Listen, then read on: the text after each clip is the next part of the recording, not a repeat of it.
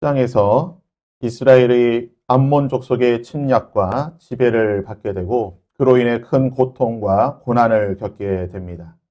이로 인해 그들은 참된 회개와 눈물의 진정성을 하나님께 보이게 되며 하나님께서는 이스라엘의 회개와 눈물을 받으시고 그들을 구원하시기 위해 사사를 보내시게 됩니다. 암몬 족속은 길르앗에 진을 쳤다라고 기록되어 있고 또한 이스라엘은 이에 대적해서 미스바에 진을 치게 됩니다. 사진에서 볼 수 있듯이 길르앗은 파란색 원으로 표시된 부분인데요. 미스바가 어느 곳에 있느냐? 통상적으로 미스바라고 할 때는 왼편에 보라색으로 친 이 베냐민 족속의 땅에 보통 미스바를 생각하게 됩니다. 하나 혹자는 오른쪽 빨간색에 표시된 아마 갓 땅에 위치한 미스베라고 불리는 훗날에 이것이 이제 미스바, 미스베 비슷한 발음으로 불리기 때문에 아마 이 미스베 지역이지 않을까라고 또한 추측을 하고 있습니다. 12장을 보시게 되면 입다가 건넜다라는 표현을 등장하게 되고 미스바를 가기 위해 강을 건넜다라고 하는 표현을 통해서 아마 베냐민 지파 쪽에 있는 미스바이지 않을까라고 생각되는 것이 좀 더 많은 학자들이 이야기하는 바입니다. 아무튼 어느 곳이든 일촉즉발의 상태가 되었습니다. 언제 전쟁이 일어나도 이상하지 않을 시간이 된 것입니다. 그러자 길라스의 장로들은 서로 모여서 누구를 군대 장관으로 자신들의 지휘관으로 세워서 이 전쟁을 하게 될지를 의논하게 되고 그 결과 입다라고 하는 한 인물을 생각하게 되는 것입니다. 자, 그렇다면 군대 장관으로 추대된 입다는 누구인가? 1절에서 3절까지 보면 입다에 대해서 이렇게 설명하고 있습니다. 길앗 사람 입다는 큰 용사였으니 기생이 길앗에게서 낳은 아들이었고 길앗의 아내도 그의 아들들을 낳았더라. 그 아내의 아들들이 자라매 입다를 쫓아내매 그에게 이르되 너는 다른 여인의 자식이니 우리 아버지의 집에서 기업을 잊지 못하리라 한지라. 이에 입다가 그의 형제들을 피하여 돕 땅에 거주하매 잡류가 그에게로 모여와서 그와 함께 출입하였다라고 말합니다. 말씀에서 보듯이 입다의 어머니는 기생입니다. 구약 성경에서 기생은 두 가지 부류로 나뉘게 되는데요. 첫 번째는 신전에서 신을 섬기며 몸을 파는 여인들입니다. 이들은 단순히 창녀가 아니라 신탁, 신의 메시지를 전달하기 위한 수단으로 몸을 팔게 되고 또는 신전에 제사를 드려오는 수많은 사람들 그리고 그곳에 있던 제사장들과 에게 몸을 팔았던 그런 여인들입니다. 어떻게 보면 좀 더 종교적인 의미가 있는 그런 여인들이고 두 번째 부류는 말 그대로 창녀입니다. 생계 수단으로 먹고 살기 위해 몸을 팔았던 여인들입니다. 본문에 나오는 기생은 바로 두 번째 생계를 위해 몸을 팔았던 그런 부류인데요. 입다의 어머니는 창녀였고 그러기에 창녀의 아들이었던 입다는 차별과 무시, 천대와 왕따를 당하는 그런 신세였던 것입니다. 너무나 비천한 출신으로 인해 그는 가족들에게도 버림받았습니다. 결국 그는 갓 지파 영토에서 가장 먼 곳에 있던 돕 땅이라는 곳에 피신하게 되고 그곳에 거주하게 됩니다. 입다의 외모에 대해서는 성경은 기록하지 않지만 1절에 보시면 그가 큰 용사였다라고 하는 표현을 통해서 그가 상당한 외모, 풍채를 가지고 있었고 힘과 지략, 성품을 두루 갖춘 인물인 것으로 추측이 됩니다. 그도 그럴 것이 잡류가 그에게로 모여와서 그와 함께 머물렀다는 이 표현을 보시게 되면 성경은 잡류라는 우리말로는 번역하고 있지만 원어상으로 보면 입다처럼 차별받고 소외당하고 무시당하던 그런 사람들이라고 볼 수가 있습니다. 이들은 동병상련의 감정으로 자신과 똑같은 상황에 있던 그 입다에게로 모였다는 것입니다. 입다가 좀 지도자였던 그런 풍채를 가지고 있으니까 그에게 많은 사람들이 모이게 되는데요. 마치 아둘람 굴로 도망쳤던 다윗에게 억울한 자, 원통한 자, 모든 환난당한 자 600명이 모였던 것처럼 입다에게도 그런 사람들이 모이게 되고 어느덧 하나의 세력을 형성하게 된 것입니다. 이스라엘, 그 중에서도 갓 지파 길라 사람들에게 전쟁의 공포와 위협이 닥치게 되고 그들은 입다를 자신들의 지도자로 생각하게 된 것입니다. 입다의 입장에서 한번 생각해 보겠습니다. 자신을 버렸던 사람들입니다. 자신을 조롱했던 사람들입니다.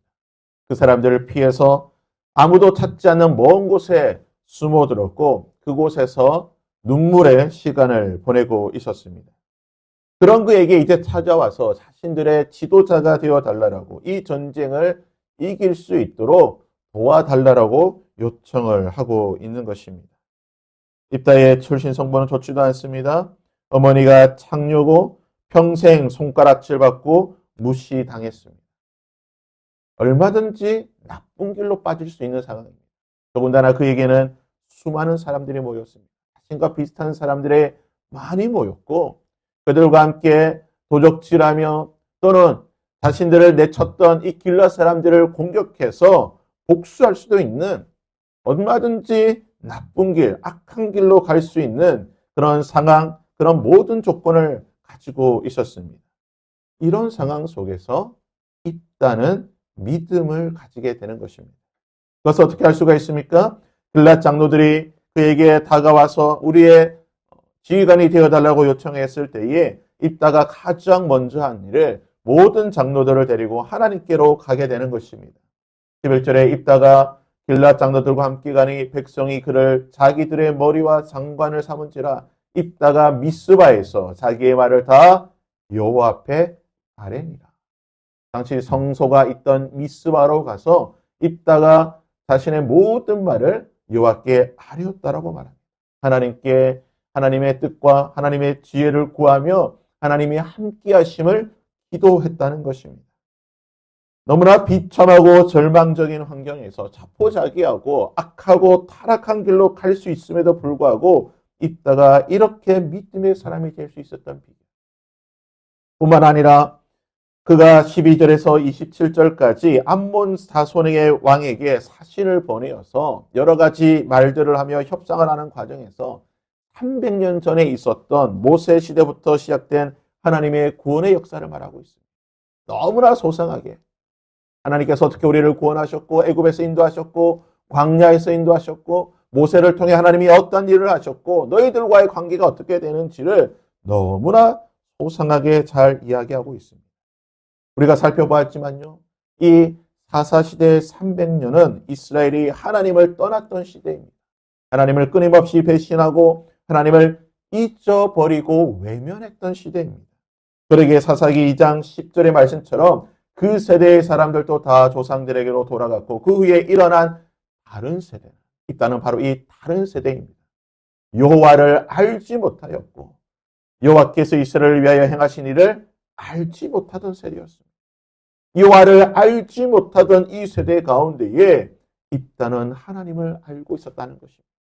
300년의 시간이 지났지만 그 긴 역사 가운데에 입다는 하나님의 역사를 너무나 잘 기억하고 알았던 자이고 자신이 하나님께 부르심을 받았을 때 민족의 부르심을 받았을 때에 하나님께 나아가 기도하였던 사람입니다.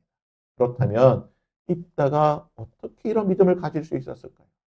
여호와를 알지 못하던 이 다른 세대 가운데에 300년이라는 그 긴 시간을 지나고 난 뒤에도 여전히 모세 시대 같은 가나안 세대, 아니 그 부모 세대와 같은 그러한 위대한 믿음을 가질 수 있었던 비결이 무엇입니까?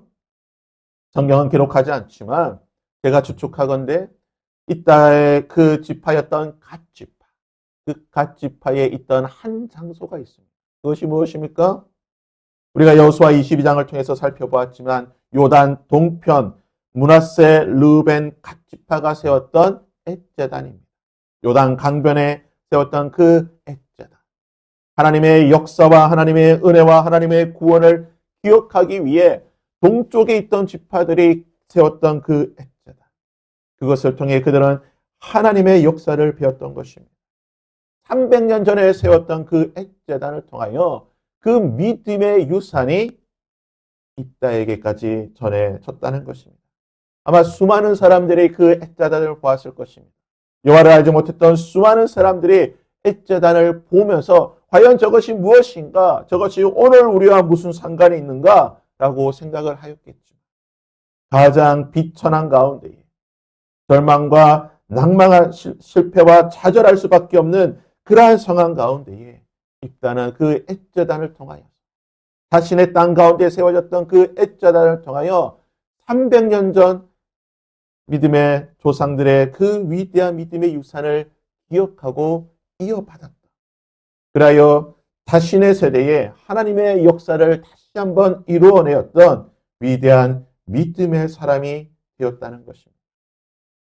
사랑하는 여러분, 오늘 우리의 시대는 너무나 급격하게 변하는 시대입니다. 참 변화에 민감한 시대를 살고 있습니다. 많은 외국인들이, 우리나라에 온 외국인들이 한국은 너무나 빠르게 변하고 있습니다. 너무나 변화의 유행에 민감하고 최신의 첨단의 그런 문명과 그런 문화를 누리고 있는 민족입니다라고 이야기합니다. 유행에 뒤처질까봐 조급해하기도 합니다.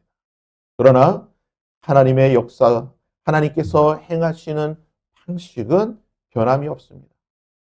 창세부터 그리고 모세의 시대, 신약 예수님의 시대, 그리고 오늘 우리의 시대까지, 아니 종말의 때까지 하나님께서 행하시는 믿음의 역사는 변함이 없다는 것입니다. 그것은 하나님은 하나님의 말씀을 믿고 의지하는 말씀의 사람, 믿음의 사람을 통해 역사하신다는 것입니다.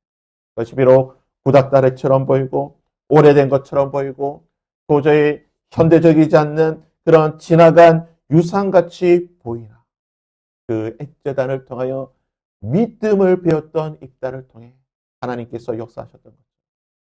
우리의 믿음의 조상들로부터 이어진 그 위대한 믿음의 유산들을 통해 다시 한번 우리의 믿음이 불일 듯 일어나게 될 것이고 우리의 믿음을 통해 하나님께서 역사하실 줄 믿습니다. 뿐만 아니라 우리의 믿음이 믿음의 유산이 되어 우리의 자녀 세대에게까지 이어졌어. 우리의 이 믿음의 유산이 엣제단처럼 누군가 우리의 자녀 세대들이 이 믿음을 기억하고 바라볼 때 그 가운데 믿음이 다시 한번 불일 듯 일어나 하나님의 위대한 믿음의 역사를 써갈 수 있는 하나님의 믿음의 사람이 될 수 있기를 바랍니다.